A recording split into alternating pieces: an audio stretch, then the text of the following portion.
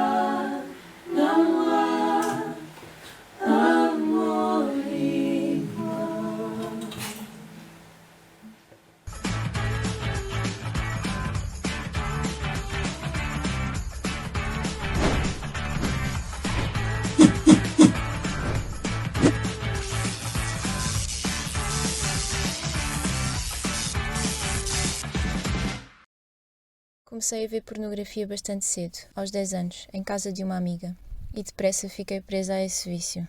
É algo que se entranha na nossa mente. Passamos a olhar para o outro não com cariz emocional, mas meramente como um objeto e performance sexual. A adição em pornografia não tem género nem idade. Ela está presente em grupos de pessoas, nas escolas, nos locais de trabalho, em casa. É responsável por distúrbios do comportamento, distorção do relacionamento e da sexualidade. Este vício, a médio prazo, traz diversas consequências, como isolamento social, diminuição da produtividade, dificuldade de concentração, desemprego, consequências financeiras e até propensão para distúrbios psicológicos como a depressão. Em 2018, Portugal ocupou a 39ª posição no ranking mundial, sendo 29% dos visitantes mulheres. Estudos revelam que 88% da população já teve contacto com pornografia e que os sites pornográficos são mais visitados que a Netflix, a Amazon e o Twitter. Se te sentes num beco sem saída, procura ajuda. Contacta-nos. Obrigado, boa noite mais uma vez, obrigado por estarem a assistir até agora. Vamos entrar na nossa parte de abordagem do tema. O que nos traz aqui hoje a falar é o tema da pornografia e temos connosco 2 convidados, na verdade temos 4, mas 2 só vão ser apresentados mais tarde, não podem estar presencialmente connosco. Temos connosco a psicóloga Carla Ladeira e o pastor Tiago Alves. E eles vão estar à conversa connosco para nos falar das suas perspectivas acerca da pornografia. Mais tarde também vamos abordar questões que vocês tenham, podem fazer nos comentários e a nossa equipa vai selecionar as perguntas para fazer a cada um deles. Ora, boa noite aos 2. Eu queria começar com algumas perguntas para vocês, para nós guiarmos mais ou menos a nossa conversa. E a primeira pergunta que queria dizer a ti, Carla, que era a nível da psicologia, que é a tua área de incidência, não só, não é verdade, mas é por aqui que estás hoje. A nível da psicologia, qual é o papel da pornografia na vida de uma pessoa? Bom, a nível da psicologia, o papel da pornografia não é nenhum. Agora, a nível daquilo que é a realidade humana, o papel da pornografia é um papel, de facto, elevado. E nós normalmente tendemos a ver a pornografia como um problema do indivíduo. E a abordagem que vamos fazendo é essa, mas nós esquecemos é que a pornografia tem uma história. O problema é ao contrário. A pornografia é algo que é criado, é um produto comercial que gera um negócio de mais de 90 bilhões de euros anuais, que está concebida para ser altamente viciante, criar uma alta dependência, porque é um negócio, trata-se de um negócio. E, portanto, evidentemente é alguma coisa que faz parte, é um fenómeno, aliás, que é transversal no tempo, não é de agora, já no tempo sei lá, de quando existiam as estatuetas em que as pessoas sozinhas procuravam algum tipo de gratificação, mas nós não podemos olhar para o indivíduo sem ver o contexto em que ele está. Não é? E neste sentido, efetivamente, a pornografia levanta muitas questões a nível psicológico, a nível do desenvolvimento do indivíduo, mas não nos podemos esquecer que é um produto altamente rentável e que está concebido para gerar 3 coisas essenciais para o ser humano, que é prazer, que é um autoestímulo, não é? E por esta razão é que são normalmente períodos curtos, muito ruidosos e que geram uma reação imediata, quase imediata do corpo humano. Portanto, tudo que tem a ver com a procura do prazer, do imediatismo do prazer e que possa satisfazer o próprio, que tem a ver com o individualismo, são as 3 características que estão presentes na questão da pornografia, por isso é que temos tantas pessoas que revelam interesse, tantos consumidores deste produto. Obrigado. Agora passo para ti, Tiago. E qual é o ponto de vista cristão acerca da pornografia? Um tema comprido, não é? Mas assim, para usar assim a título de exemplo, alguma coisa que a gente possa falar sobre isso. Se nós formos assim à base do cristianismo, há sempre uma insistência em alguns temas base que às vezes chateiam um bocadinho coisas que estão na humanidade, inclusive na cultura, como a Carla falava. Também não parece que isto seja só um problema de um indivíduo, ou de alguns indivíduos, eu acho que é um problema cultural, tanto que é alguma coisa que é incentivada, até culturalmente falando, aceite, considerada normal, e muitas vezes o que nós vamos encontrar no cristianismo é um choque de cultura. Então há realmente uma cultura diferente que o cristianismo quer ensinar que choca com esta. E a cultura do cristianismo relativamente a tudo o que tem a ver com a sexualidade não é uma seca, não é uma sexualidade sem o prazer. Agora, canalizar o prazer de uma forma correta, que não esta, que é uma forma incorreta de procura de prazer. Porque até poderemos ter esses momentos que estavas a descrever, Carla, de êxtase, de prazer momentâneo, ruidosos, rápidos, mas na prática ninguém sente depois desses momentos ruidosos, e é transversal em aconselhamento pastoral, nas conversas que nós temos com as pessoas que acabam por confessar ou por pedir ajuda para largar uma coisa a qual elas se sentem escravizadas ou presas por ela. É transversal as pessoas queixarem-se do contrário. Queixam-se mais da falta de prazer, de propósito, de noção de que aquilo seja uma coisa certa ou boa, porque naquele momento em que estão a falar daquilo têm essa consciência. Agora, no momento em que estão a consumir, não. Porque tal e qual como qualquer outro vício, como qualquer outra coisa que crie dependência, que seja criada uma rota no cérebro, um atalho que as pessoas visitam vez e vez após vez, enquanto estamos na rota, enquanto estamos a percorrer o atalho, tudo parece bom, mas quando saímos de lá e temos a perspectiva de fora, é uma coisa errada. E o cristianismo, esta expressão de pureza, também a nível sexual, não só, é muito incentivada. E é por isso que é daquelas perguntas que, por mais que a gente faça seminários sobre pornografia, sobre sexualidade, sobre namoro, sobre incentivar a descoberta total da sexualidade somente após um compromisso de um casamento, são temas que, por mais que a gente explique, as perguntas vão voltar a acontecer.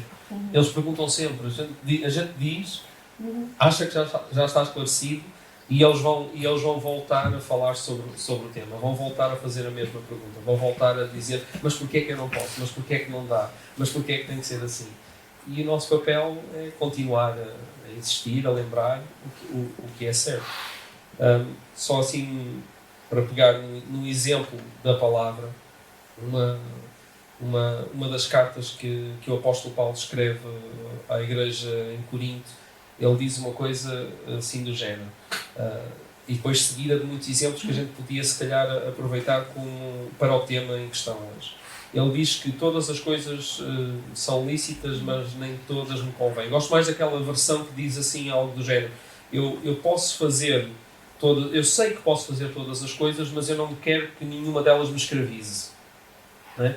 E depois disso, o que o apóstolo Paulo faz é começar a falar de coisas do género. Não cometam ofensas contra o vosso próprio corpo. Fujam da imoralidade sexual. Ou seja, começa a dar uma lista de conselhos para nós também termos cuidado com o corpo do outro. Logo a seguir, se formos a 1 Coríntios, no capítulo 6, está cheio, e 7 também, que fala muito sobre o casamento. Se nós formos ler os conselhos do apóstolo Paulo, são conselhos que chocam com uma cultura que está instalada, mas que ao mesmo tempo eu sei que são conselhos bons. Né? Mas daí, e se calhar isso a gente abordará noutras questões, daí até como combater isso, como uma cultura se sobrepor à outra porque é superior, é melhor, por muito que seja uma luta, mas eu devo desejá-la, vai outra milha, não é? Claro. Ora, então, e ambos disseram, portanto, estabeleceram que é um vício, não é? Ou pelo menos pode degenerar nisso, não é? E eu queria te perguntar, Carla, o consumo prolongado de pornografia, apesar de nós termos estabelecido que é um vício, deve ser encarado como, portanto, algo a travar, ou é algo que faz parte apenas da fase da vida de uma pessoa? Como é que nós devemos agir perante isso? Bom, eu acho que primeiro temos que perceber porque é que há um vício, não é? E a razão de nós podemos considerar que a pornografia está dentro dentro de um comportamento que pode virar uma compulsão, que se pode tornar um vício, é porque efetivamente quanto mais exposta está a pessoa à pornografia, maior vai ser a necessidade de estar mais tempo exposta e diversificar o tipo de estímulo. E porquê? Porque vai se tornando cada vez menos prazeroso estar tão pouco tempo e já não satisfaz, não é? Porque basicamente o que acontece através da estimulação dos sentidos é uma atuação muito grande em termos de estimulação da produção do neurotransmissor que é a dopamina e que é exatamente a fonte de prazer e de bem-estar da pessoa. Portanto, será um vício porque quanto mais exposta a pessoa está, mais necessidade de estar mais tempo e é um vício, um estímulo diferente. Por isso é que é muito difícil ter-se uma relação com a pornografia que seja uma coisa absolutamente esporádica, que se veja de vez em quando e até num contexto, às vezes há contexto de casal em que as pessoas até acham, até para se estimularem e para verem coisas diferentes e acharem que será alguma coisa que traz algum contributo para a relação. É muito difícil ver uma forma equilibrada, porque efetivamente a tendência vai ser para crescer. E ao crescer, o comportamento aditivo relativamente à pornografia é igual ao comportamento aditivo de qualquer outra patologia, como do álcool, como das drogas, como do jogo, como de outras, não é? E portanto, nesse sentido, é altamente viciante e não é por ser um comportamento muitas vezes individual, até porque muitas vezes a pornografia é vista de forma conjunta, não individual, mas é precisamente porque cada vez mais o corpo vai precisar de estar exposto a mais tempo de estímulo e estímulo que efetivamente estimula. E vai chegar a uma altura em que as pessoas já não conseguem viver sem pornografia. E a partir daí as consequências começam a ser diferentes. O vício já não é tanto no conteúdo, é na substância que ele provoca no cérebro. Exatamente. Na libertação no nosso sistema de recompensa. Exato. Dessa substância. Exato. Aqui a questão é que é assim, todos nós às vezes achamos que temos os nossos comportamentos e é como se a cabeça mandasse no coração, simplificando, já que é um público juvenil também que nos está a ouvir. Mas isto é um bocado mais complexo. O nosso cérebro tem uma série de estruturas neuronais que estão criadas e que vão nos conduzindo para certos comportamentos. Pronto. Quanto mais nós estimularmos determinados canais, mais aberturas e outros canais vão sendo criados.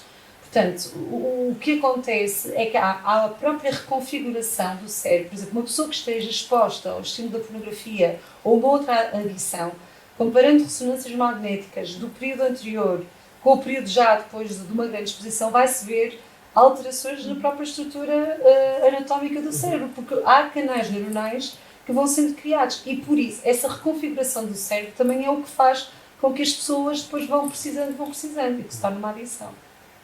E estavas a falar dessas consequências que podem se tornar piores à medida que a pessoa, portanto, a partir do momento que a pessoa não consegue viver mais sem pornografia, a que é que te referes dessas consequências? O que eu quero dizer é que, por exemplo, do ponto de vista sexual, pode acontecer muita coisa diferenciada em relação às pessoas.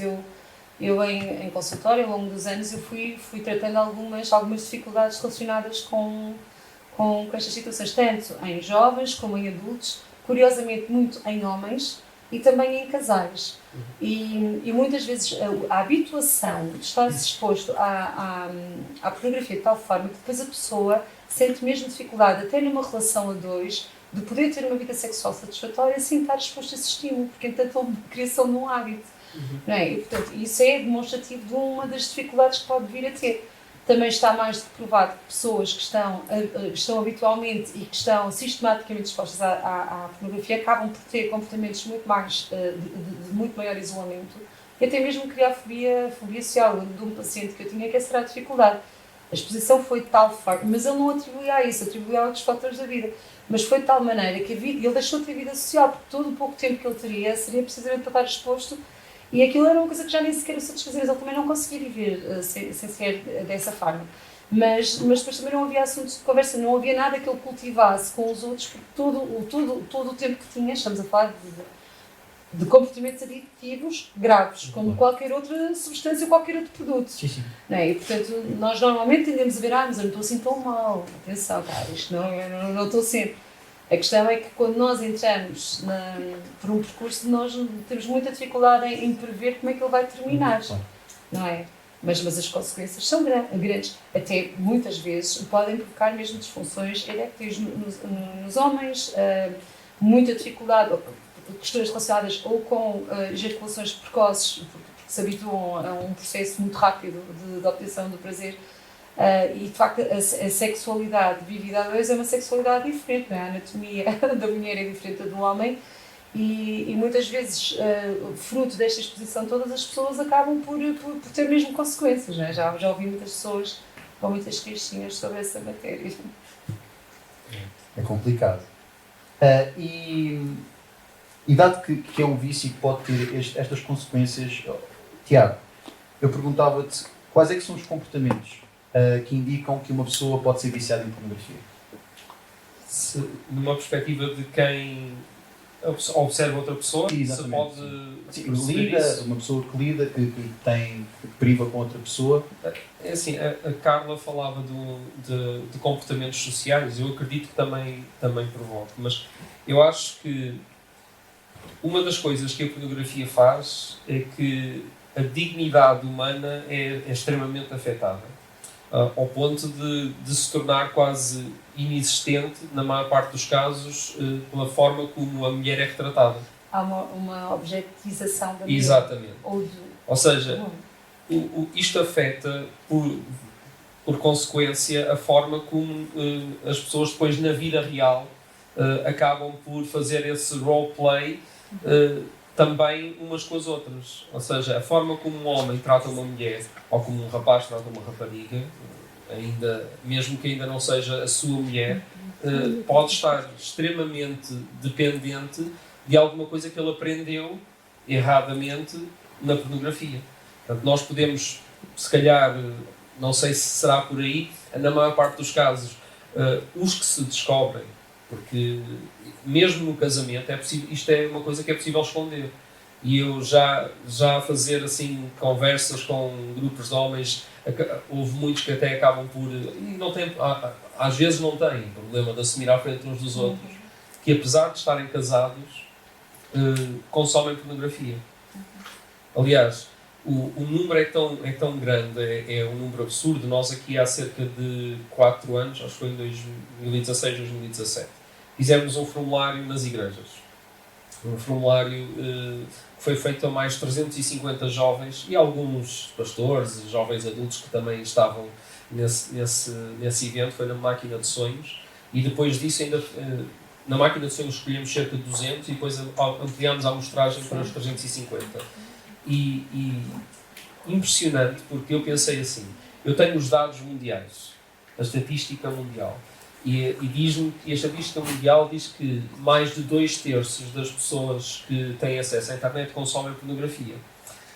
Como é que seria dentro da igreja? Será que isto é assim tão cultural ao ponto de também afetar a igreja com isto? E não foi diferente, foi exatamente 2/3. Foi 67% das respostas consomem pornografia pelo menos uma vez por semana. Portanto, de um universo tão grande. Ou seja, foi assim, este foi o maior choque. Depois, entre todas o questionário tinha 13 perguntas. Entre todas as perguntas que havia, a última era uma pergunta livre, era só observações que as pessoas quisessem fazer ao formulário, ou tudo isso. E ali foi onde esteve assim a maior riqueza, ou o maior choque, com aquilo que nós pudemos aprender com o formulário que nós fizemos. Porque as pessoas ali naquele formulário, algumas pediram ajuda literalmente ali. Foi naquela última pergunta onde elas não era uma pergunta com escalas, onde elas tinham de pôr um número, era uma pergunta onde elas podiam expressar alguma coisa. E as pessoas diziam, já tentei, já tive tempos sem consumir, mas rapidamente, porque é como qualquer outro vício. É uma porta sempre aberta, sempre à espreita, uma oportunidade sempre à espera de agarrar e prender outra vez e escravizar outra vez. E isto que estamos a falar de as pessoas pensam que têm o controle, pensam que acham que não estou viciada. Eu não estou viciado, é só um bocadinho. Ou então na cabeça dos jovens e dos adolescentes até há outro pensamento, que eles pensam assim: eu quando tiver uma namorada já não vou precisar disto. Mas é um engano, porque não é possível, porque o prazer é diferente. Aliás, é uma coisa diferente, eu nem posso comparar, nem posso chamar uma coisa sexualidade e a outra não sei o que é que lhe chamo, porque o contacto de um homem com uma mulher, não sei se vou ser muito explícito agora, posso, não sei, Estás à vontade. mas não vou ser muito, com uma bolinha. O contacto do homem com uma mulher não é... não tem a ver com fricção e ejaculação. Não é isso, é muito mais do que isso. E a pornografia é, assim, é um ato mecânico que depende inteiramente da promoção desta substância de recompensa. E que está prescrito, não é? Também. É só isso. É só isso. Agora, a sexualidade é outra coisa diferente. Então, quem acha que se livra de um vício porque vai encontrar uma namorada ou vai finalmente casar e poder ter relações sexuais, é mentira. E depois isso vai provocar realmente diferenças sociais no comportamento, no trato que as pessoas podem ter umas com as outras. E eu diria que hoje em dia, não é hoje em dia, isto já é muito antigo. A primeira vez que eu vi pornografia foi também em grupo, foi com amigos. Eu até fiquei chocado porque eu nem sabia. Eu tinha 13 anos quando eu vi uma coisa eu não sabia o que é que eu estava a ver. E foi com um VHS, uma cassete VHS do pai de um amigo meu. Todos em casa. Pronto, aquelas coisas que se fazem bonitas que acontecem, mas era melhor que tivessem continua a acontecer. Mas hoje em dia o comportamento não é só da objetificação da mulher. É que a própria mulher reaprende e ou aprende e tem os primeiros contactos com a sexualidade errada também na pornografia.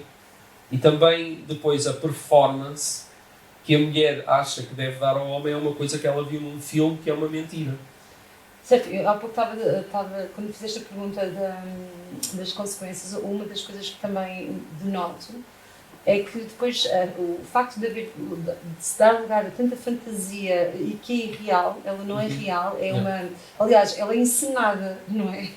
Porque sabemos que é encenado, faz com que muitas vezes as pessoas também partam depois para o relacionamento na expectativa de que seja assim, de que elas sejam perfeitas e que eles sejam muito grandes.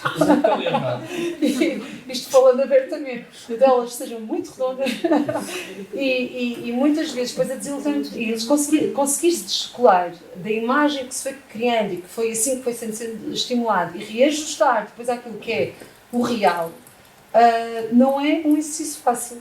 Mas é um exercício altamente possível, mas não é fácil. Mas é loucura, porque se nós formos avaliar, os filmes pornográficos não têm história nenhuma, aquilo não é cinema nenhum, não é cinema de qualidade, não tem uma história que nos deixa a chorar, de tão intensa que é e acaba num ato sexual de amor. Não tem nada a ver com isso. Portanto, como é que depois nós, se isso é mentira, porque é que o resto há de ser verdade? Tudo aquilo é mentira. Não, a sexualidade que é promovida com a pornografia é mentira. Não é aquilo que nós deveríamos querer experimentar. E a sexualidade e a história toda, ou seja, a encenação, as fantasias, tudo aquilo que é criado, também é uma mentira, porque não é só por ser mau cinema, não é só por não ter história, é uma coisa que não faria sentido na vida real, mas a verdade é que depois cria muita frustração quando se encontra, quando aquilo vai de encontrar a realidade e a coisa não funciona dessa maneira. Sei. E causa muita frustração, muitos casamentos que correm mal por causa disso, muito casamento que corre mal por causa disso, muito abuso no namoro, coisas que não é suposto e que nos levam a sentir coisas que nós não é suposto que nós sentimos, não é? Não é assim que deve de ser. Falámos já das consequências sociais, das consequências físicas que tem. Agora, quanto às consequências espirituais, desculpa. O que é que a pornografia e a exposição prolongada à pornografia pode nos trazer como consequências espirituais? Então, voltando ali ao formulário, aquela 13ª pergunta livre que eles tinham no formulário, a maior parte das observações que apareceram lá, muitas delas diziam assim: eu sei que isto me afasta de Deus. Eu sinto-me mal, sei que estou a pecar, mas não consigo largar. Não tenho a força suficiente para largar. Portanto, se a gente puder dizer que tem consequências espirituais, aliás, tudo é espiritual, a sexualidade é espiritual. Não é? Portanto, se a sexualidade não está a acontecer num casamento, há um problema espiritual também. Mas se nós pusermos isto assim no mais básico, no que as pessoas sabem que faz com que elas próprias apontem o dedo a elas, porque são elas que se estão a condenar por causa do ato que elas estão a fazer, ou do conflito que elas estão a consumir. Logo à partida tem uma consequência espiritual, não é? O afastamento que as pessoas sentem de Deus. Eu tenho a certeza que Deus não vai querer se afastar de nós por causa da pornografia. Eu acho que até é o contrário. Eu acho que Deus quer aproximar-se mais para ver se isso sai de nós. Mas o contrário não é verdade. Nós sabemos, na nossa carne, na nossa humanidade, sempre que nós falhamos o alvo, sempre que nós não vivemos de acordo com a vontade de Deus, nós sentimos afastados. Nós sentimos essa distância, sentimos esse distanciamento, sentimos frios e sentimos indignos até de fazer seja o que for para Ele, por causa disso mesmo. Não é? Aliás, eu acho que seria muito mau se não houvesse até esse sinal. No dia em que eu me sentir que isso é uma coisa que não me invalida, que não me aponta, que não me escraviza, que é uma coisa normal, eu acho que isso seria pior do que eu sentir-me mal com isso. Não é? Porque aí já o problema espiritual já tem outro nível. Eu estava aqui a pensar, Tiago, e tenho ouvido muitas vezes relatar precisamente isso, as pessoas, e muitos jovens, aquilo que dizem, eu também estou assim porque estou longe de Deus. Como se fosse possível estar-se longe de Deus. Não é possível estar-se longe de Deus.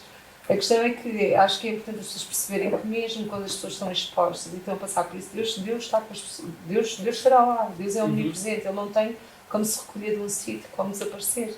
E acho que uma das coisas que nós temos que trabalhar, agora, isto não significa que as pessoas, já que Deus vê tudo, estou à vontadinha, não é? Mas o estímulo para separar com um comportamento desses, eu compreendo aquilo que dizias no sentido, ainda bem que eles têm essa consciência, que há alguma coisa que está a afastar, mas o estímulo não é o estar afastado de Deus, não é mesmo o produto que aquilo provoca na pessoa. Isso é que é importante ser controlado, porque Deus vai estar lá com pornografia ou sem pornografia, Deus nunca nos abandona, Ele está sempre connosco. Nós podemos ter essa sensação de que nós nos afastamos. Isso é que nós sentimos. Exatamente. É outra mentira. Exatamente, mas muitos jovens muitas vezes partilham isso. Não, mas isso é porque eu andei muito afastado de Deus. Não, tu sentiste que andaste, mas Deus estava ali perto, estava a ver tudo e vai continuar a ver sempre. Yeah. Porque Ele é omnipresente. E às vezes nós ajudarmos a desconstruir isto, às vezes até dá liberdade para iniciar, para os próprios jovens, quando estão naquela luta, vejo, não vejo, pensando, espera lá, mas estás mesmo aqui, vamos falar um bocadinho sobre isto.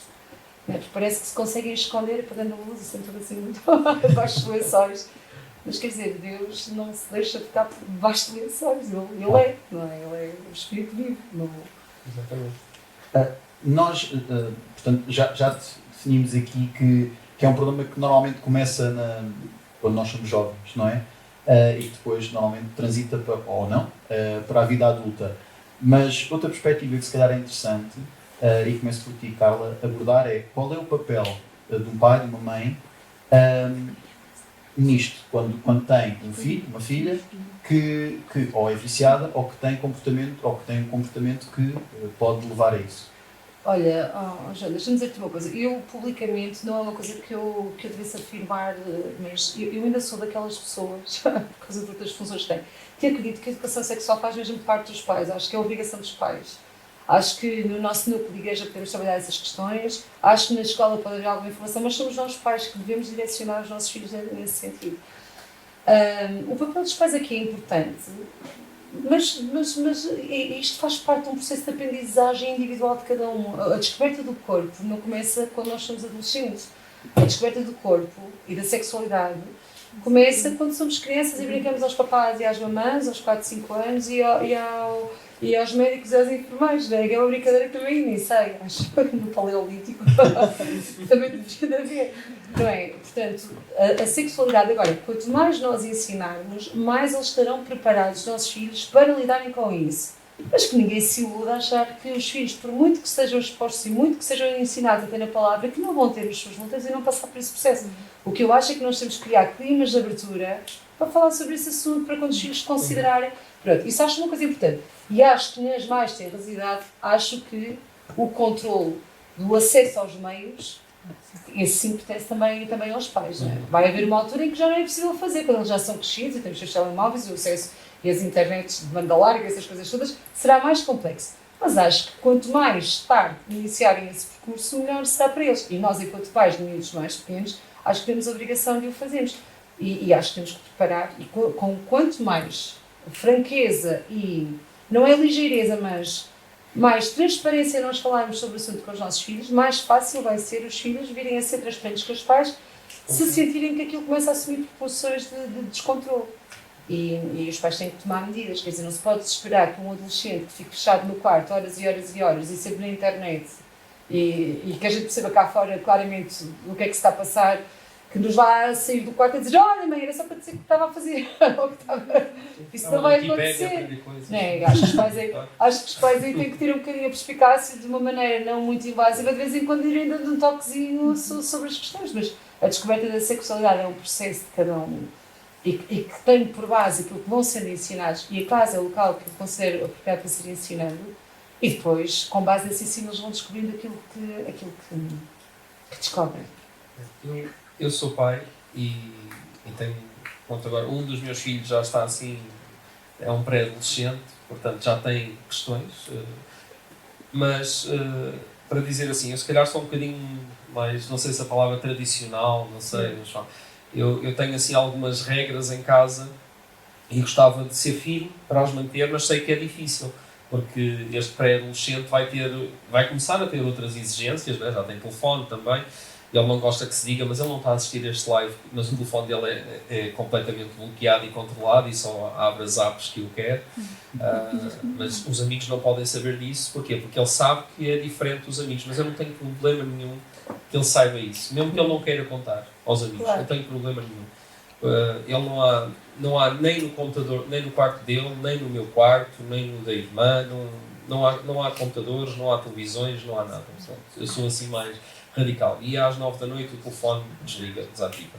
A aplicação desativa. Sou assim um bocadinho mais radical porque eu acho que, sim, eu quero afastar, quero mandar mais para a frente, o mais para a frente possível isso. Eu sei que vai acontecer. Mas depois temos que controlar o processo enquanto conseguimos. Claro, exatamente. No entanto, o meu filho, o ano passado, ele teve pela primeira vez aquela infame disciplina de cidadania. Certo. E nela, durante um semestre, eles falaram sobre muitas coisas, inclusive a sexualidade. E eu pensei assim, olhar para o currículo que foi enviado para os pais, eu pensei, se calhar é melhor ele nem ter isto, não é? Porque é muito diferente daquilo que eu creio. E depois eu pensei melhor e disse, não, eu quero é que ele tenha. Estás aqui preparados? Eu quero é que ele tenha acesso, mas depois em casa ele vai haver o tal choque de culturas que eu falava, entre aquilo que é a vontade de Deus e o reino de Deus e este reino que tem uma cultura diferente. E eu vou assumir essa guerra, vou assumir essa batalha de cultura e vou dizer, filho, é assim que vais aprender na escola, os professores vão dizer que é certo, provavelmente muitos dos teus amigos também, em casa o pai diz-te como é que é. E tivemos várias conversas sobre isso.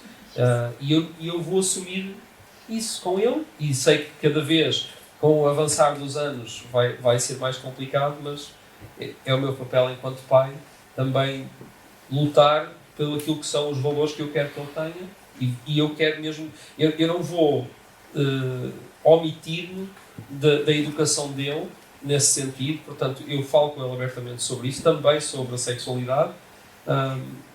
Ainda assim, sei que pode parecer uma luta ingrata para muitos pais, porque quer dizer, eu sou um, e os professores, ele passa mais tempo com os professores e com os amigos do que comigo, claro. Mas ao mesmo tempo eu tenho assim uma segurança que me diz também, se isto é espiritual, eu também vou contar com uma ajuda extra, ou seja, não sou só eu que vou batalhar, eu tenho quem batalhe comigo também pela a saúde mental e pela espiritualidade dos meus filhos. Então é isso. Oro por eles, claro, faço o que posso e que Deus me dê graça para lhes ensinar o que é necessário. Continuando contigo, portanto, enquanto igreja, quando a igreja toma conhecimento que existe um ou mais, e esta é uma pergunta transgeracional porque pode afetar uma pessoa de qualquer idade, como é que a Igreja pode ajudar alguém quando toma conhecimento que um dos seus membros tem esta luta, não é? Em primeiro lugar, a Igreja não sabe. Quanto muito sabe alguém. Pois, exato. A Igreja só dizer um todo, não é? Porque normalmente eu até peço para a maior parte das coisas, seja no contexto público, ao domingo, seja no contexto de pequeno grupo, ou quando estamos 2 ou 3, eu acho que estes tópicos, dada também a natureza deles, devem de ser mais individuais, devem ser conversas assim desse género.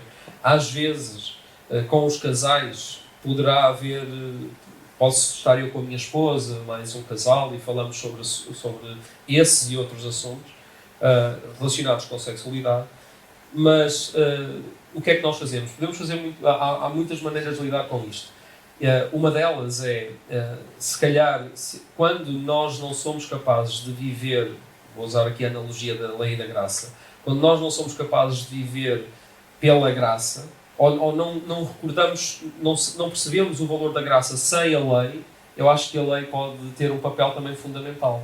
Ainda que a lei é só uma sombra daquilo que deve ser, ou seja, eu ter uma aplicação no meu telemóvel que me controla os conteúdos, isso não é graça. Isso é lei, ou seja, é uma regra, eu não posso fugir àquilo porque aquilo vai me bloquear o telefone, é lei, mas eu tenho que entender que há mais do que isso, que não é pela aplicação, é porque eu não quero, porque eu sei que me faz mal.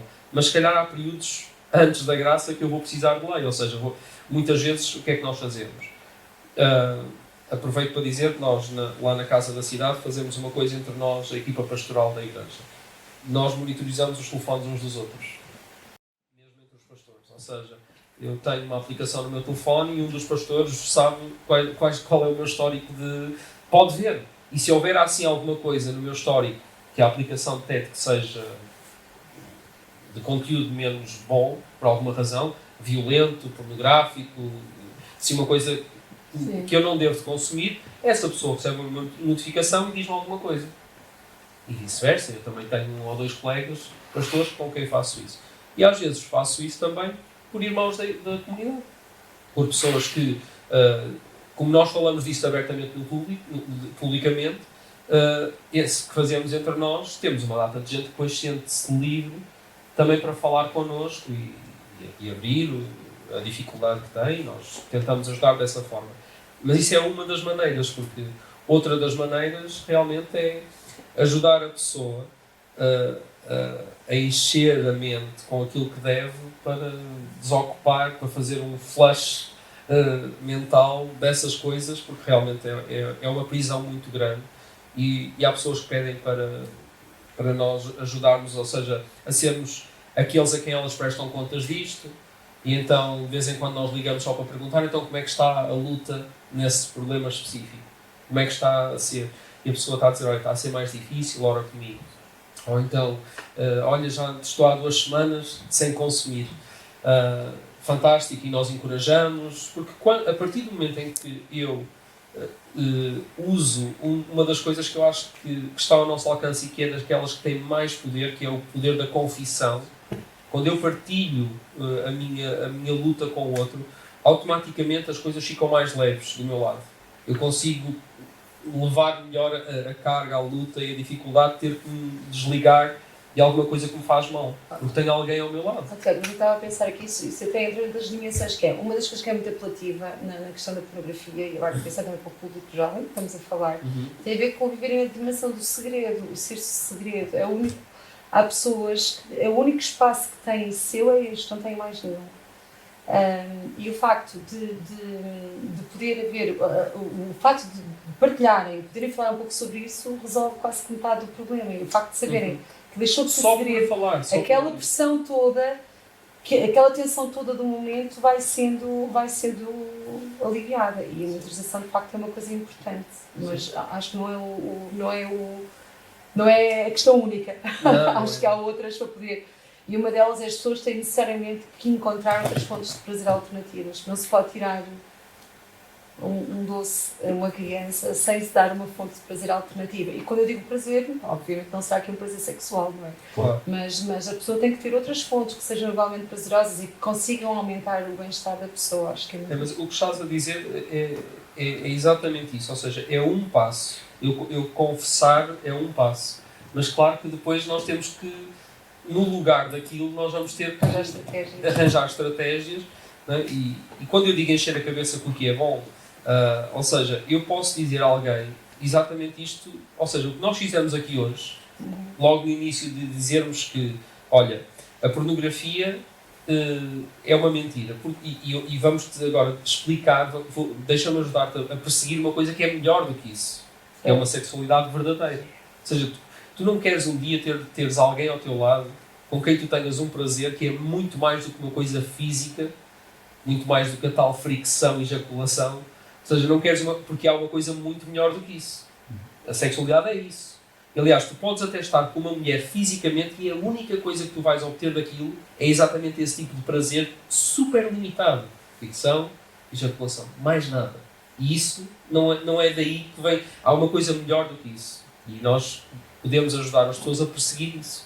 E de acordo com um ponto de vista cristão, sim, é no casamento, ou seja, é o troféu por tu teres perseguido isso. E nós, e como pastores, ou como amigos, ou como colegas que farão esse percurso com eles, porque isso não é uma coisa que uma conversa vai resolver, não é uma coisa que nós queremos estar lá ao pé de vocês, daqueles que estão a assistir hoje a este momento.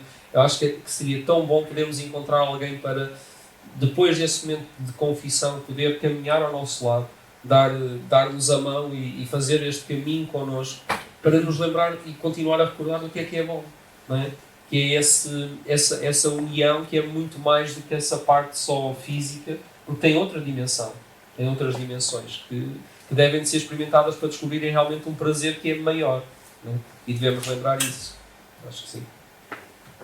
Ora, e Carla, nós já falámos anteriormente disto mais cedo na nossa conversa, mas eu queria pedir, mas foi mais a talho de foice do que especificamente, quais é que são, ao longo das pessoas, dos anos que tu acompanhaste pessoas, quais é que são os comportamentos que tu identificaste claramente que são transversais às pessoas que tinham esta adição? Bom, algum isolamento. Também as pessoas, quando vêm ao consultório, por norma, já vêm num estado muito crítico. Então, são pessoas que já passaram até por alguns processos, às vezes até de ajuda e tudo, mas que não conseguiram resolver a situação. Mas algum isolamento, muito tempo passado sozinho, muito tempo passado sozinho, e estamos a falar de um tempo desproporcional. Pessoas que a proporção do tempo que passam à frente da pornografia comparativamente com o resto das outras atividades, entre aspas, de lazer que têm, ou seja, excetuando o tempo que estão na escola ou que estão no trabalho, é brutal.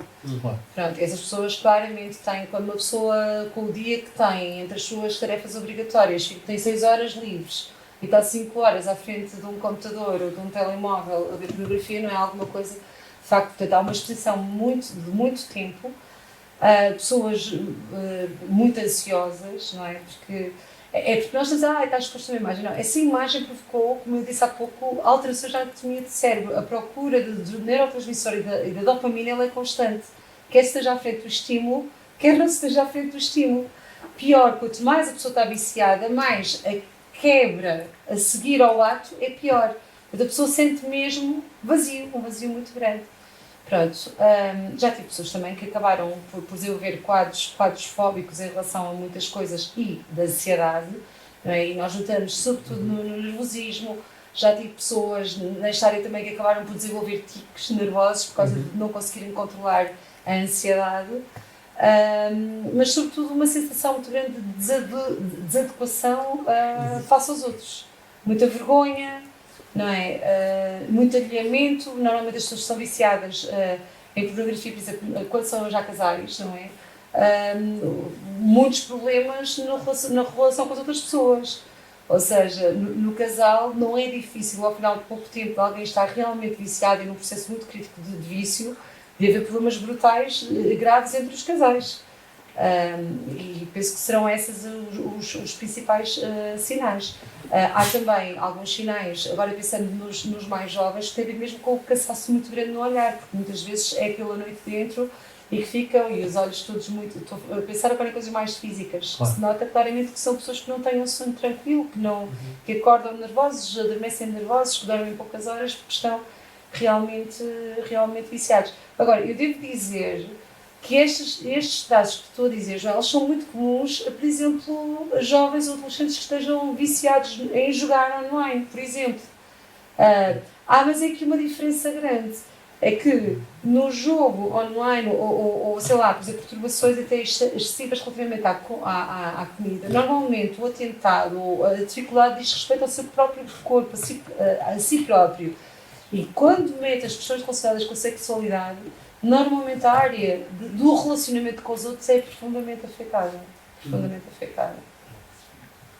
Então a parte das amizades, relacionamentos até amorosos é afetado por causa desta adição. Pode ser afetado, não é? Tratando-se de uma adição, pode ser, até porque por norma, por exemplo, há pouco estavas a dizer dos homens, há muitas mulheres viciadas em pornografia e há muitas mulheres que idealizam a relação com os seus namorados do cor que aquilo que vê, e é uma desilusão muito, muito grande. Claro. Pronto. E neste sentido, agora perdi-me da pergunta que fizeste. Estava a falar de que podia, portanto, esta adição podia dificultar relacionamentos, quer seja de amizade. Certo. Eu acho que isto é um processo que é bidirecional, tanto do rapaz para rapariga como de rapariga para rapaz. E pode dificultar o relacionamento, precisamente pela questão da objetificação do outro, pode ser a mulher ou ser o rapaz, e porque, sobretudo, há muitas espécies. A sexualidade foi criada, planeada a todos os níveis, quer social, quer anatómico, quer orgânico, para ser vivida a dois. Isso não há ninguém, por maior que tenha sido o seu percurso sexual ao longo da vida, por mais parceiros que possa ter tido, e contactos até com pornografia, que possa dizer que consegue ter uma relação altamente satisfatória numa relação que se tenha exclusiva com a pornografia, porque a essência do sexo ela é mesmo relacional, é o estar-se com o outro. Pronto. Agora, também é verdade que, por vezes, temos pessoas para quem, no próprio casal, o casal está estruturado em ver pornografia juntos. E é assim que as coisas até vão funcionando a esse nível de satisfação. Mas depois existem outras complicações também para essas mesmas pessoas, não é? Porque não é, a gente acha que isto é tudo muito simples, mas não é. Será simples quanto mais natural for vivido e quanto mais processo de descoberta for sendo tido no contexto correto. Quando há uma deturpação, e a pornografia é uma deturpação da sexualidade, faz parte. Nesse sentido, quando digo faz parte, muita gente diz é natural, e é só nesse sentido que quando digo natural, não é genético, não é nada disso, faz parte do crescimento, sempre fez parte, desde que o ser humano é ser humano, mas isso não faz disso um processo que não seja deturpado. Obrigado. Nós tivemos, e vamos continuar a ter, a perspectiva psicológica, tivemos a perspectiva espiritual e não só, e agora vamos ficar com um convidado nosso, o Dr. Tiago, que nos vai apresentar a perspectiva médica acerca da pornografia.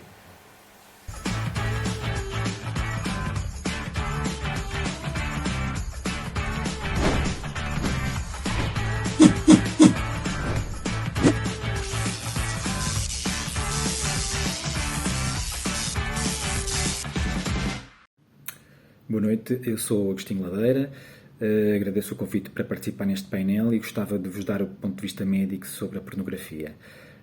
A pornografia é uma epidemia dos tempos modernos e tem um impacto muito mais profundo do que nós consideramos. De facto, há muitos estudos que evidenciam que o uso da pornografia tem efeitos deletérios na saúde, porque servindo-se do sistema de recompensas neuronal, torna as pessoas cada vez mais dependentes desse estímulo para obterem recompensa, que é a dopamina e outras endorfinas, e que, portanto, vai cair naquele ciclo vicioso de todos os vícios que provocam o prazer. E, portanto, a utilização de pornografia acaba por levar é um comportamento disruptivo, embora não esteja classificado oficialmente como uma doença, é um comportamento disruptivo que altera progressivamente a pessoa por causa desta crescente procura e de uma certa dependência para a obtenção da recompensa. A pornografia também altera a forma como nós vemos os outros e, no caso concreto da pornografia de mulheres adultas, altera completamente a forma como nós nos relacionamos com as nossas mulheres ou como vemos. Pronto, eu estava a dizer que o uso de pornografia está associado a disfunções sexuais e orgásmicas, a perda de interesse sexual pelo parceiro real, a perda de interesse no parceiro romântico, e muitos estudos revelam que o uso da pornografia se associa negativamente com a estabilidade e qualidade da relação de intimidade, e ainda à depressão e à falta de motivação. Um estudo em particular avaliou o uso da pornografia e a dificuldade em formar relações de intimidade e revelou que esta dificuldade em estabelecer relações íntimas surge do facto de a pornografia se mostrar como uma alternativa fácil a um parceiro real, permitindo àqueles que têm dificuldade em criar laços vinculativos formarem relações virtuais onde a ansiedade pelo desempenho não é um problema e onde outras questões não entram. O facto de a dificuldade de formar relações de intimidade predizer também um maior uso da pornografia pode sugerir que se entra aqui num ciclo vicioso. Um estudo particular mostrou que muitas mulheres terminavam a relação com o parceiro com quem habitavam devido à violência provocada pela pornografia. Portanto, há muita pornografia que inclui violência, portanto, quando escalamos no uso da pornografia, entramos em campos impensáveis à partida e que depois, transportados para a vida real, não se aplicam. Porque é evidente que não há prazer nenhum em ser violento ou em receber violência, não é? Isso é uma coisa muito óbvia, mas que na pornografia se passa a ideia de que isso faz parte. Pronto, quando de facto não faz. Eu peço desculpa pela forma como estou a gravar este vídeo, não consegui fazer de outra maneira. Eu queria terminar dizendo que, segundo este estudo que eu estava a referir, o uso da pornografia estava diretamente envolvido era a origem das agressões sexuais perpetradas por um parceiro a estas mulheres e que tinham provocado, portanto, divórcio, separação, etc. A pornografia é uma adição como todas as outras adições, transforma-se num vício como todos os outros vícios, o vício do jogo, o vício das drogas, outros comportamentos disruptivos, mas este tem consequências particularmente graves na vida da pessoa, porque desequilibra completamente o balanço da vida sexual que deve haver entre os casais, pois leva o indivíduo a projetar coisas que, portanto, uma relação sexual que não é real, portanto, que só existe naqueles contextos virtuais e que não fazem parte da vida sexual normal. Provavelmente não são possíveis de repetir numa vida de um casal. A consequência biológica do consumo da pornografia é que pode, no limite, levar à impotência, à disfunção eréctil, porque esta superestimulação esta estimulação vai criando tolerância, não é? E nós tornamos-nos incapazes de sentirmos estimulados pelo parceiro real e mesmo pelas nossas mulheres. Queria terminar só dizendo que, em termos médicos, este consumo prolongado, crescente de pornografia para obter a recompensa sexual acaba por deturpar completamente o equilíbrio da relação da sexualidade do homem e da mulher e levar a um afastamento dos casais e também torna-nos insensíveis, menos sensíveis à relação sexual biológica. Isso significa disfunção eréctil, impotência, eventual necessidade de recorrer a medicamentos para ser capaz de consumar o ato sexual E todas estas disrupções podem mesmo levar ao fim da relação, ao fim do casamento, e são, portanto, absolutamente deletérios. A pornografia deturpa completamente a forma como nós vemos o nosso parceiro, a nossa mulher, e se calhar com o consumo continuado atira-nos para campos inimagináveis, não é? Como comportamentos violentos, pedofilia, homossexualidade. Portanto, é preciso pensar antes de entrar nesse ciclo vicioso, e eu mais uma vez agradeço a oportunidade. Esta foi a perspectiva do nosso convidado, Dr. Tiago Ladeira. Vamos ficar agora com um testemunho pessoal do nosso outro convidado, Joel Bernardo, que viveu este problema na primeira pessoa.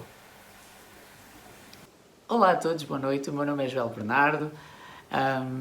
Antes de mais, queria agradecer o convite ao Álvaro e ao João por me terem aqui esta noite e para falar sobre este tema que muita gente tem dificuldade às vezes em falar, que é a pornografia.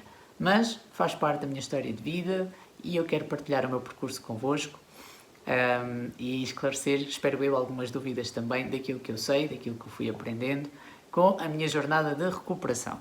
Antes de mais, tenho que vos dar algum contexto. Eu sou da zona da Bairrada, eu tenho 29 anos, faço 30 este ano, os grandes 30, e foram cerca de, no total, praticamente 20 anos de pornografia. Portanto, com 3, aproximadamente, de recuperação, ok? 3, 4 anos. Isto eu estive a fazer bem as contas, não liguem que eu também sou mau a matemática, mas foi bem da tempo. Então, a primeira vez que eu entrei em contacto com a pornografia foi aos 7 anos. Foi muito cedo.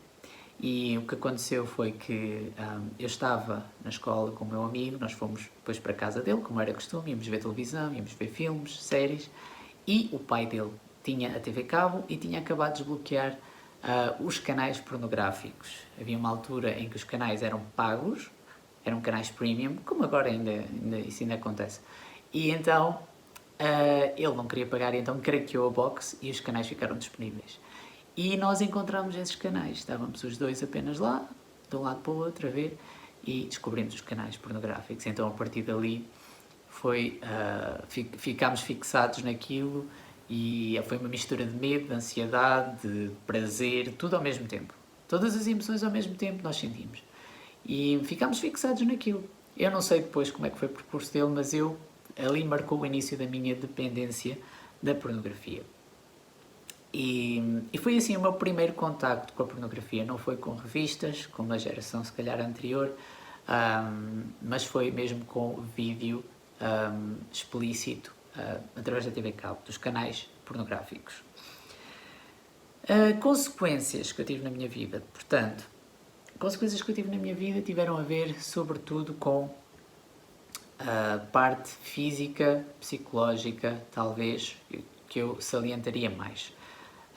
Eu posso dar alguns detalhes, por exemplo, ansiedade social, isolamento, um desapego emocional das coisas, das pessoas, das situações, irritabilidade, falta de memória, dificuldade a dormir, e são coisas que ainda hoje estão progressivamente a voltar, ainda nem todas voltaram da maneira que eu gostaria. E além disso, e talvez o bolo disto tudo deu-me uma visão hipersexual do mundo e dos relacionamentos e das pessoas. E talvez seja essa uma das marcas mais prementes da dependência. Embora que só identifiquei mais tarde, eu assim, calma, se calhar não estou a olhar bem para as situações, mas foi uma das consequências, além de todas estas que eu citei. Depois, espiritualmente, a vergonha e a culpa que uma pessoa sente quando tenta fazer aquilo que é certo e não se consegue, também pode ter um grande impacto na nossa fé, e foi isso que aconteceu. O achar que Deus desistiu ou que vai desistir de mim, porque podia não haver forma, obviamente, de Deus continuar a suportar um pecado tantas vezes, não é? E então a graça de Deus é testada ao limite no contexto da dependência, e foi isso que aconteceu também comigo. E todas essas dúvidas, não é, que se metem: será que sou salvo? Será que Deus me ama? Tudo isso. Portanto, a nível espiritual também foi bastante difícil. Depois, eu acho que a pornografia afetou, de facto, a forma como eu lidava e me relacionava com as pessoas. Desde a minha vida familiar, com os meus pais, a abertura, a disponibilidade emocional. Eu não sei se isto é comum a todas as dependências, mas pelo menos dá uma grande sensação de isolamento e uma sensação de um certo individualismo, se é que se pode dizer. E foi isso que eu acabei por sentir também com a pornografia. Era como viver também num mundo à parte, um mundo das sombras, um mundo fora de todo o meu dia, não é? Praticamente.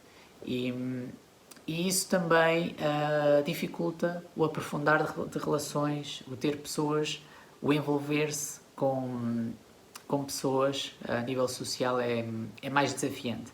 Porque nós também temos esta parte escondida em nós e só queremos ir até determinado ponto nos nossos relacionamentos. Se dificultou fazer algumas novas amizades, dificultou porque eram normalmente amizades superficiais ou então amizades que apenas tinham como ponto de contacto talvez as piadas mais porcas ou conteúdo mais sexual ou coisas assim. Portanto, dificultou nesse sentido. Não trazia, se calhar, não atraía o tipo de pessoas à minha vida que eu precisava, mas atraía o tipo de pessoas que se ligavam àquilo que me interessava, que tinha a ver com sexo, portanto. Depois, curiosamente, não acho que tenha afetado assim tanto a minha vida profissional, talvez em parte porque nas dependências elas têm essa tendência do isolamento, mas a parte social depois acaba por ser o contraponto para isso. Então, num contexto de trabalho, acho que até funcionou um pouco como esse outlet, essa forma de eu conseguir sair um bocadinho dessa mentalidade, desse estado de espírito e de mudar o meu foco. Quando, obviamente, o trabalho era, por exemplo, sozinho ou remoto, não estou a falar no contexto de pandemia, mas eu antes já trabalhei remotamente, então aí já era mais desafiante, já era mais complicado também. Além da Bíblia, além da oração, existem algumas coisas que nós podemos fazer para iniciar o processo de deixar a pornografia. Existem ferramentas que nos ajudam a combater esta dependência. Eu reforço mesmo que Deus e a oração são os pináculos, são o centro, a leitura da Bíblia. Nós assim estamos posicionados para o sucesso e muito mais rápido. E além disso, aprendemos muito mais durante o processo de cura com Deus do que sem Ele.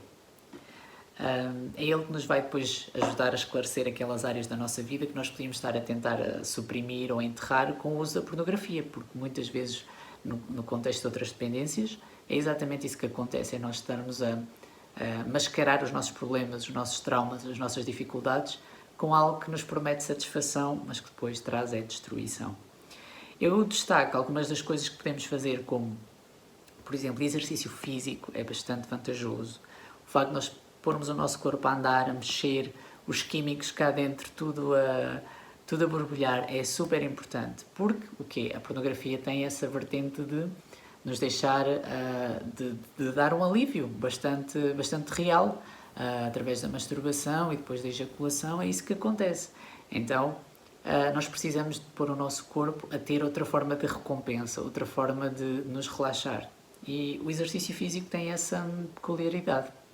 Depois, diminuir o nosso tempo online e o scrolling, muito importante. Eu recomendaria a toda a gente que está a tentar sair da pornografia fazerem uma espécie de jejum de redes sociais. Idealmente durante uns 90 dias, se conseguissem. Era o ideal, porque o nosso cérebro precisa se reajustar ao mundo à nossa volta, à vida fora do ecrã e a ganhar satisfação com coisas exteriores e não com coisas que são digitais, coisas que nos dão prazer temporário e aquela descarga de dopamina no nosso cérebro. Então, o facto de nós andarmos sempre a fazer scrolling e andarmos sempre nas Instagram Stories ou o que seja, de um lado para o outro, estamos um bocadinho a reproduzir, de certa forma, aquilo que uma pessoa faz quando está a ver os sites pornográficos, a andar de vídeo em vídeo, a abrir separadores até mais não, etc. E o nosso cérebro começa a fazer ali uma associação e aquilo pode nos desencaminhar muito rapidamente e irmos parar à pornografia. Portanto, tenham cuidado, acho que essa é uma forma de também nós nos prevenirmos. Depois investir no nosso eu offline e no nosso longo prazo. Uma das coisas que a pornografia afeta, o consumo longo de pornografia online, é a capacidade de nós tomarmos decisões no curto prazo. Aliás, desculpem, no longo prazo. Porque nós queremos gratificação instantânea, nós na altura só queremos o alívio ou só queremos o prazer imediato. Por isso é que recorremos à pornografia. Então, começarmos a investir no nosso eu offline e a desenvolver planos a longo prazo. Acho que é super importante. Mesmo que tenhamos dificuldade ao início, colocarmos alguns objetivos mais para a frente e trabalhar a cada dia em direção a eles mesmos. Depois, planear o nosso tempo, também é outra medida que vocês podem fazer. Faz um calendário, é importante, eu fiz e costumo fazer, e foi um hábito que eu ganhei, fazer um calendário e preencher os tempos do meu dia que estão muito vazios, super importante. Agora, em contexto de pandemia, talvez ainda seja mais importante, não deixes tempos mortos, usa-os para algo bom, para investir, por exemplo, no teu eu offline. Aprenda um hobby, aprenda a tocar um instrumento, aprenda uma língua nova, faz isso que é fixe e é produtivo. Depois planeia o teu tempo social, não de forma rígida, como num calendário, mas o teu tempo com família e amigos, também é importante, para não te manteres isolado, para não estares sozinho com os teus pensamentos, porque normalmente isso descamba. E nós precisamos da leitura da Bíblia, precisamos da oração, mas também precisamos do contacto humano, precisamos de falar uns com os outros. E isso é super importante e relevante. Nós depois podemos ficar muito facilmente frustrados se não tivermos comunicação uns com os outros. E por outro lado, às vezes ficamos frustrados e não expressamos sequer, então afundamos ainda mais no desejo de ir ver pornografia. Por fim, outra coisa, servir a Deus e à comunidade, ou seja, mais uma vez, pormos para a ação. É um bocadinho semelhante ao do exercício físico, mas noutra perspectiva, que é mudarmos o foco para servir o outro, ou servir a Deus. Quando nós tiramos o foco de nós próprios, da nossa luta, das nossas dificuldades, então nós podemos aplicar melhor as nossas energias e a nossa mente fica mais clara e não ficamos tão presos no como é que eu saio daqui, agora voltei a falhar, voltei a errar, etc, etc. Não, temos que canalizar essas energias para o bem comum, ok? Depois, eu ainda destacaria outras coisas muito rapidamente para logo darem aqueles passos essenciais para quererem sair da pornografia.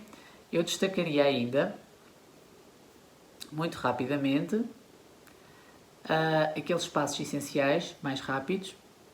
Identificar os momentos do dia em que mais tenho vontade ou propensão para ver pornografia. Muita gente vai dizer que é à noite, mas há pessoas que podem não ser à noite.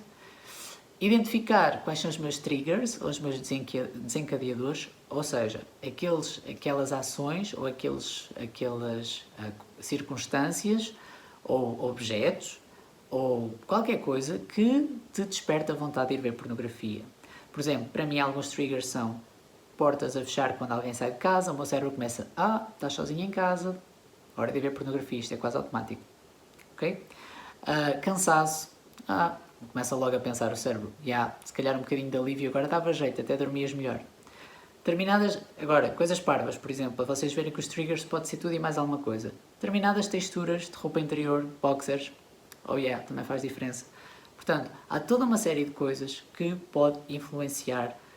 Isto depois é pessoal, varia de pessoa para pessoa. Portanto, pode ser uma publicidade que vocês veem, pode ser uma música que vocês ouvem. Identifiquem o que é que vos leva à pornografia, façam uma análise, ok?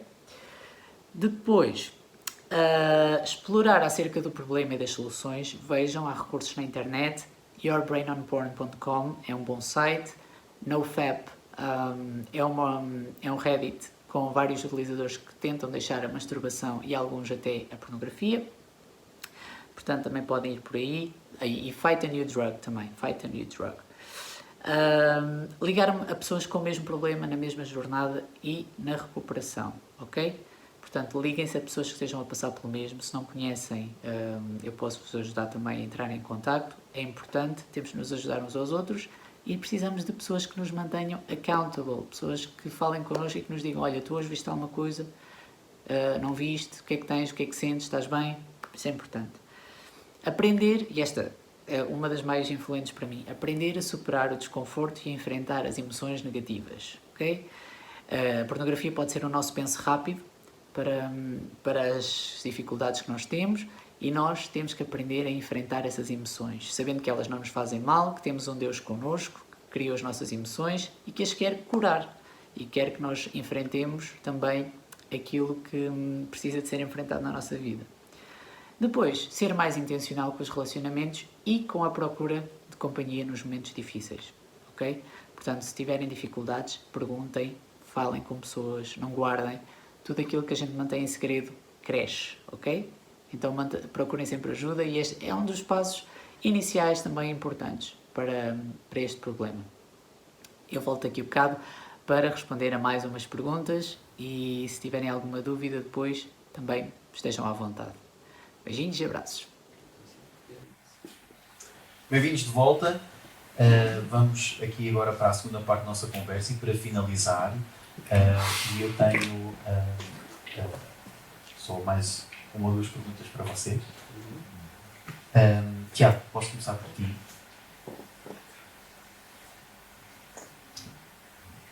Espera aí, eu agora perdi.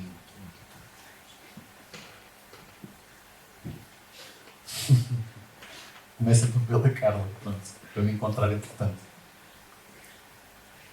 Quais são as atitudes que tu identificas como cruciais para nós largarmos a pornografia, que sejam cruciais nós fazermos para largarmos a pornografia, ou para nem sequer termos este vício? Quais são os comportamentos que devemos ter? É assim, essa é uma pergunta muito cruel. mas para se largar um vício só há uma atitude a ter, que se chama determinação, não há mais nenhuma, seja ele qual for. Pronto, isso é essencial. Há um dia que a pessoa determina. Pronto. Mas terá que ser a atitude, mas não é o suficiente para se resolver a questão. Há uma série de estratégias que a pessoa se tem que rodear para conseguir alcançar esse objetivo. E uma delas é fazer isto num processo acompanhado, não viver sozinho, porque senão vai falhar. Não é? Poder ter ali algum acompanhamento, alguma monetização, alguém com quem vai partilhando as lutas que está a ter e com quem se sinta à vontade. A outra, ainda há pouco falei, tem que ir substituindo por outras fontes de prazer, outras coisas que possam ocupar e que sejam boas e agradáveis. Não é? Também é uma coisa muito importante. E, sobretudo, perceber que é um processo moroso e não é por se cair que se vai desistir, não é? Porque este é um processo que, normalmente, quando se inicia, vai-se tropeçando algumas vezes no caminho. E a maior dificuldade que há é quando se tropeça, não é para voltar tudo atrás, é assumir-se que se tropeçou e caminhar um bocadinho para a frente. Pronto, mas encarar-se isto como um processo. Há pessoas que conseguem deixar de fumar porque põem pensinhos aqui, porque comem pastilhas, porque seja por aquilo que for. Há muitos métodos, no fundo há muitos métodos de se deixar, mas a atitude fulcral é ter-se determinação. Há um dia que se toma a decisão, eu não quero mais isto, eu não consigo viver mais assim. E tem que se ter ajuda. Obrigado. Já me encontrei, Tiago. Portanto, faço a pergunta a ti, que é, a partir de que momento é que nós, portanto, presenciados com conteúdo, a partir de que momento é que é, porque nem tudo é claro, não é? Nem tudo são vídeos, ou nem tudo são sites pornográficos, não é? A partir de que momento é que nós estamos a ver pornografia, e se a masturbação sem a presença da pornografia é pecado ou não? Bem, Carol, tu até soluçaste. Queria ser uma pergunta rápida. Epá, olha, esta semana... Estás a fazer batata, tu juntaste 2 a 3 perguntas. É um tema muito recorrente também. E eu respondo assim, então. Imagina um cenário de guerra, em que um soldado tem que ir para a guerra e está muito tempo sem a sua esposa. E essa pergunta já foi colocada algumas vezes pelas pessoas que estão na guerra e querem viver de acordo com os valores cristãos à mesma, porque são cristãos no país de origem, vão para a guerra, e como é que eles geriam estas coisas? E faziam estas perguntas que tu acabaste de fazer aos pastores, e os pastores mais sábios do que eu, provavelmente, deram uma resposta. E eu penso sempre assim, bem, as respostas são sempre boas num ambiente controlado, mas às vezes, assim, num ambiente destes, como é que a gente dá uma resposta? Não, tu não podes te masturbar, porque é pecado. Né? E eu acho que o pecado, na realidade, tem muitas camadas, tem muitas dimensões, não é? E o ato em si é apenas uma delas. Não? Porque na prática, o que me leva ao ato, ou seja, o pecado, começa muito antes de tudo isso. Não é? Há uma construção que todo esse caminho, todo esse percurso, da mesma maneira que o percurso que a Carla falava para nos livrarmos de uma dependência tem que ser feito, tem que ser trilhado, também há um trilho para cairmos num buraco. Não é? Agora, se me dissesse assim, é pecado ou não, só assim a masturbação, eu não sei se isto vai chocar as pessoas, eu diria que não é. Se me perguntassem assim, a masturbação é pecado, eu diria que não. Agora, tudo que tu fazes, tudo, a maioria das vezes, se não todas, se não, eu acho que é impossível quase tu masturbares-te sem pecar. Isso já é diferente. Ou seja, porque tudo o que as pessoas vão encher a cabeça, tudo o que vai ocupar a mente, tudo o que vai acabar por manchar quem tu és, ou a tua ideia sobre o que é a sexualidade, sobre o que é realmente bom, vai estar presente também durante a masturbação. Uma das coisas que as pessoas que consomem pornografia mais têm dificuldade em largar, mesmo depois de já não a consumir, é exatamente isso. É as imagens que são tão intensas, são de uma...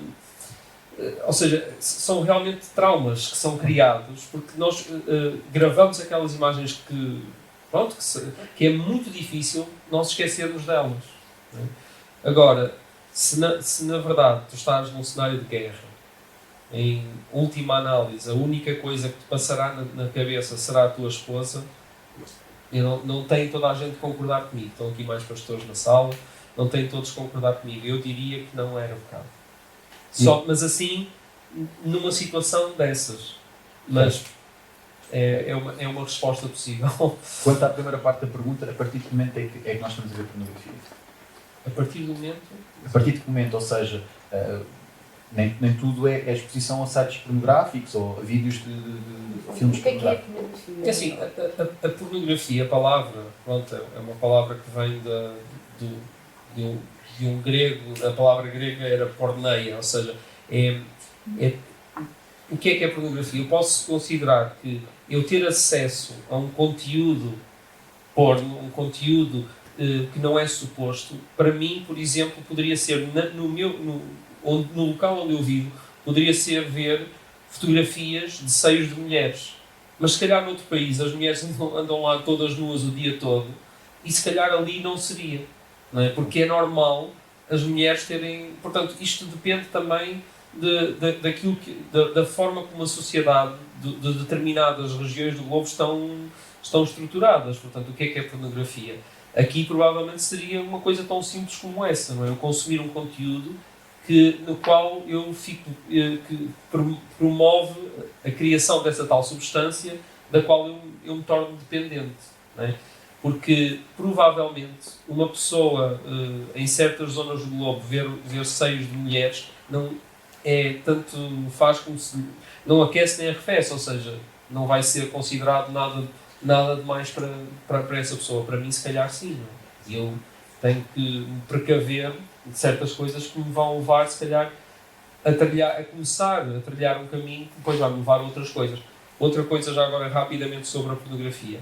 Falámos assim por alto dela, mas é exatamente isso. Ela leva-nos para um caminho de decadência, ou seja, o que nós consumimos no início, as primeiras imagens que eu vi de pornografia foram diferentes das últimas.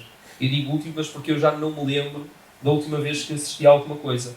Mas a verdade é que muitas vezes elas são oferecidas, não é? Há sites que abrem e mostram uma janela, mostram uma janelinha pequenina com uma mulherzinha, qualquer coisa, ou um ato, assim, e eu não estou a consumir pornografia por causa disso. Ela está-me a ser introduzida pelos olhos adentro e eu tenho, nessa altura, eu vivo dessa determinação constante, por saber que já foi uma coisa que fez parte de uma fase da minha vida lá atrás e que eu não quero começar a trilhar esse caminho. Portanto, para mim seria uma coisa tão simples como, se calhar, ver uma mulher nua, até podia ser só ela estar com os seios à mostra e eu clicar lá para descobrir mais. Não é? Uma coisa tão simples como isso. Antes só de fecharmos, eu gostava que tu partilhasses, porque foi uma pergunta que nós recebemos no chat, qual é a aplicação que tu usas? Há algumas, e depende da idade, porque há algumas que são mais infantis, não é? Claro. Mas é assim, a que nós usamos e que eu acho que é considerada a que tem um motor de detecção mais avançado é o Custódio. Custódio com Q de quadrado, no início, Custódio. O site é custódio.com, a aplicação está em português. A linguagem da aplicação é muito criança-adulto, mas eu tenho muitas crianças na minha aplicação que são mais velhas que eu. Okay. Portanto, é a Custódio. Mas depois existem outras. Uma forma de, até aos 13 anos de idade, se criarmos uma conta Google para os nossos filhos, até aos 13 anos é obrigatório a conta ser criada com um adulto. Não é? E o adulto fica responsável pela conta. No dia que a criança faz os 13 anos, a conta muda e passa a ser da pertença da criança. Existe uma aplicação que a Google tem também para monitorizar os dispositivos das crianças, que faz parte do pacote da Google, nós podemos usar e que permite bloquear uma data de acessos também, e só temos é que definir a idade. Claro. Para menos de 13 anos e o telefone fica com uma data de restrições também. Ok. Portanto, mas a que eu recomendaria seria essa, o Custódio. Obrigado.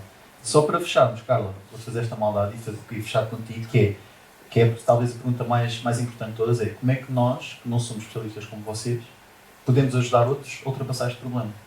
Acho que ouvir é o primeiro. A gente para ouvir não precisa de fazer um grande esforço. Temos duas orelhas, em princípio, conseguem ouvir, não é?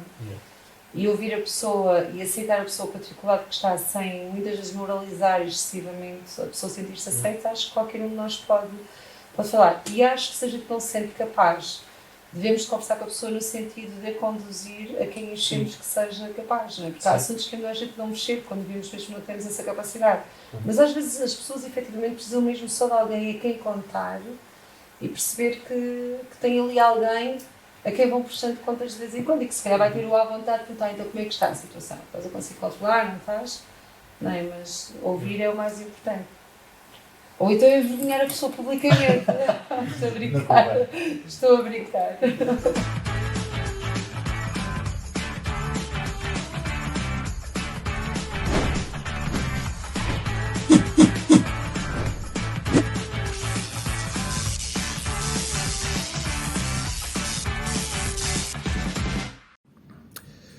Há fatores genéticos que influenciam o indivíduo a ver pornografia? Não. Não há fatores genéticos. A pornografia, como todas as adições, são comportamentos que nós permitimos, são caminhos que nós escolhemos. Eventualmente, tudo começa por uma primeira vez, como todos os vícios, como o vício do tabaco, como o vício de qualquer outra dependência, como o vício do jogo. E se nós integramos esse comportamento como normal, esse comportamento instala-se, torna-se um hábito, passa a fazer parte da nossa vida e nós já não questionamos. E, portanto, não há uma base genética para isso. Aqui há uma base, é que os nossos comportamentos, o que nós fazemos, as nossas ações, é que determinam quem somos, não é? É que definem aquilo que somos, é que também definem o nosso destino, para onde vamos, não é? Nós não somos o que dizemos que somos, nós somos aquilo que fazemos, não é? E, portanto, o que fazemos é que, na prática, acaba por ser determinante. E quando escolhemos ver pornografia, vamos acabar por ter as consequências e ser levados por esse caminho. Ok, a segunda questão é: quais são as consequências físicas e neuronais da masturbação? Eu, se calhar, já respondi a isto. Portanto, fisicamente, neuronalmente, nós estamos a criar novos circuitos mentais. E, portanto, o prazer sexual deixa de estar ligado a uma pessoa física real e passa a estar ligado a uma imagem ou a vídeos de pessoas que são profissionais, que fazem esses vídeos pornográficos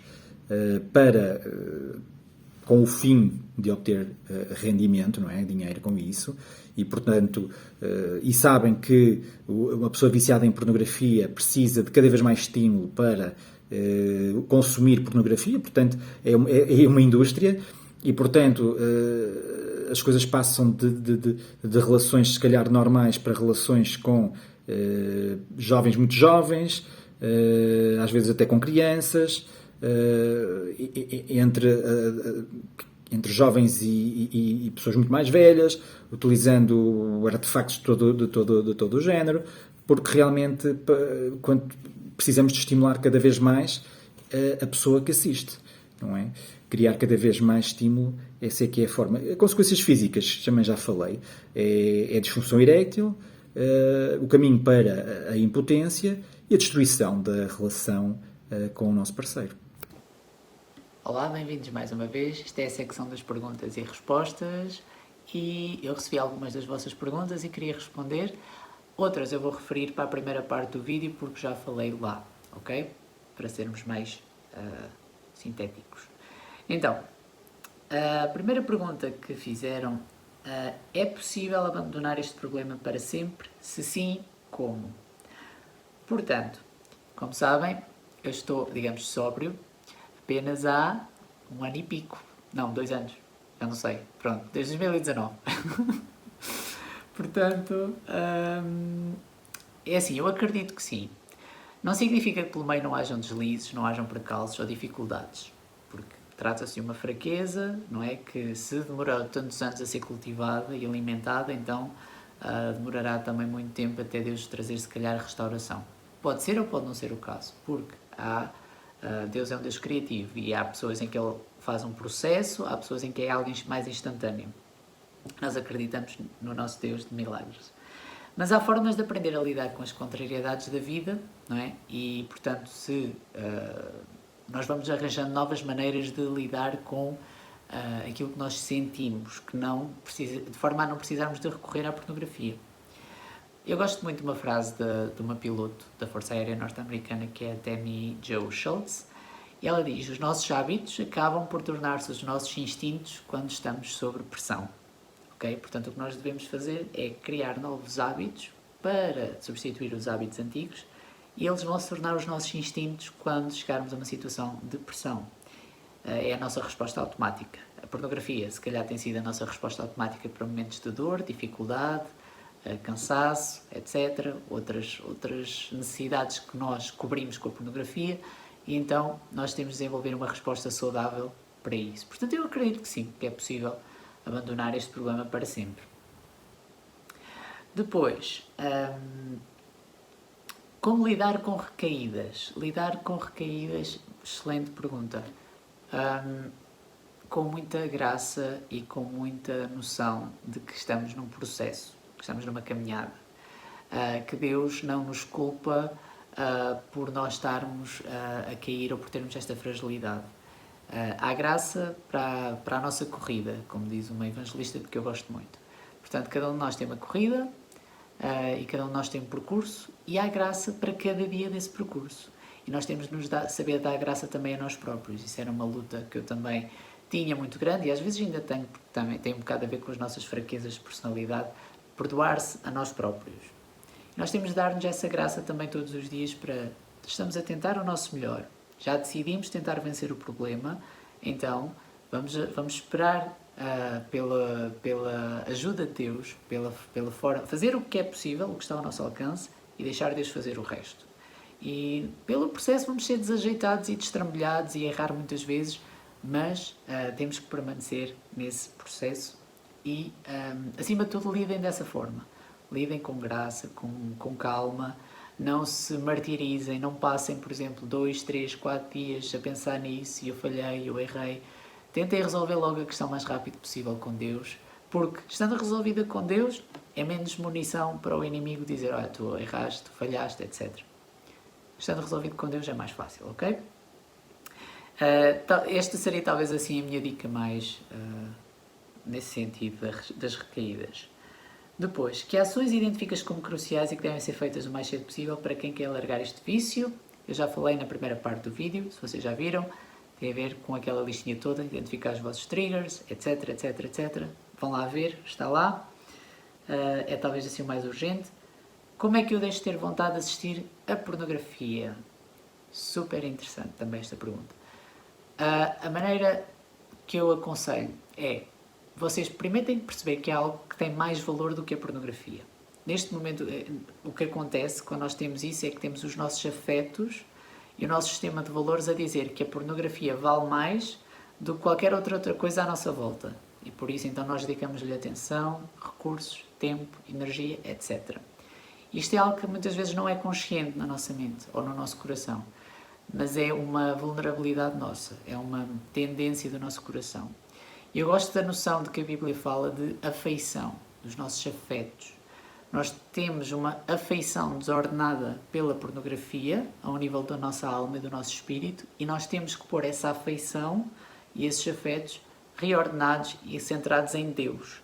Porque sabemos que Deus é melhor, que é maior, então durante um processo em que Ele revela isso, através da sua palavra, através da vossa experiência nos vossos tempos com Deus, Ele vai mostrar-vos, digamos, a sua beleza, a sua glória, o seu poder e a sua majestade, e o resto vai perder automaticamente o valor. Portanto, eu acho que a pornografia tem esta questão, assim como as outras dependências, é nós visualizarmos algo que vale mais a pena do que a pornografia.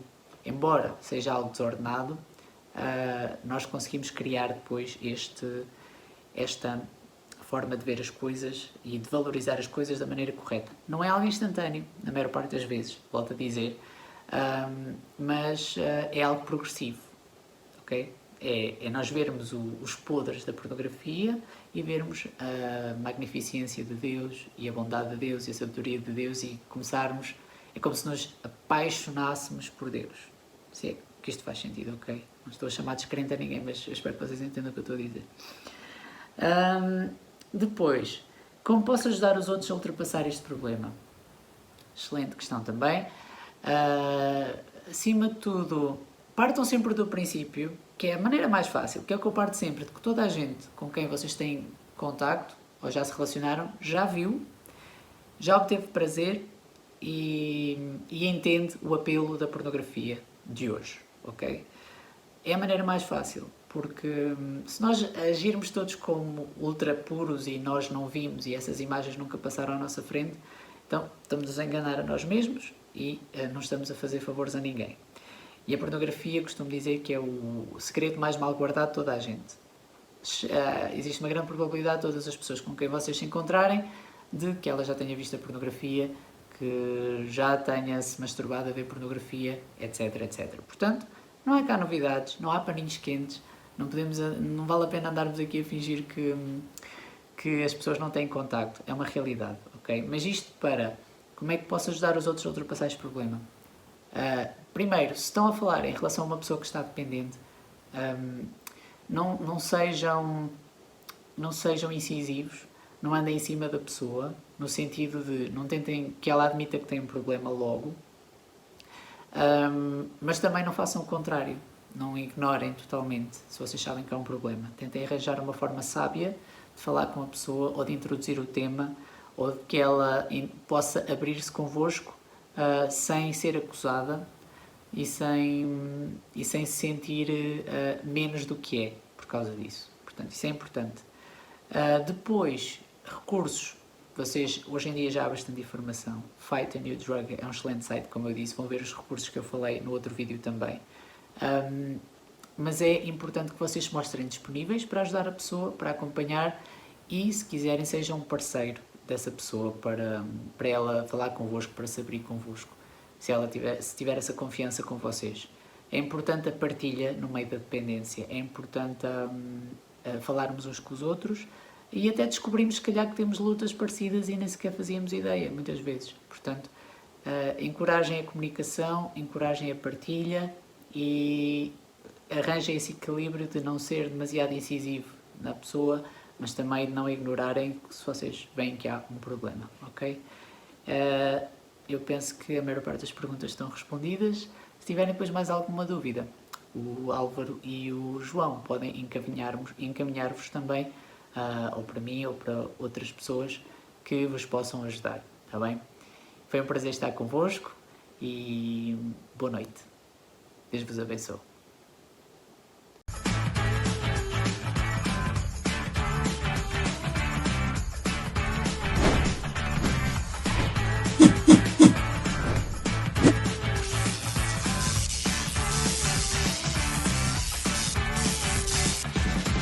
Olha, quero agradecer-vos aos dois pela vossa presença. Foi muito bom ter-vos aqui e ouvir as vossas perspectivas e as vossas respostas às perguntas que nós tínhamos e às perguntas que os nossos assistentes tinham para vocês. Queria-vos convidar, quem já segue a MPC,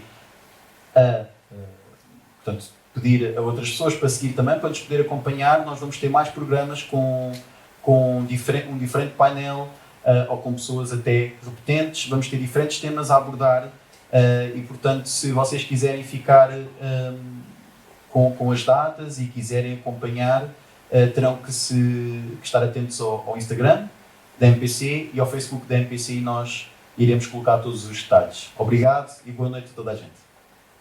Vai ser fantástico, dinâmico, divertido. Vá, agora a sério.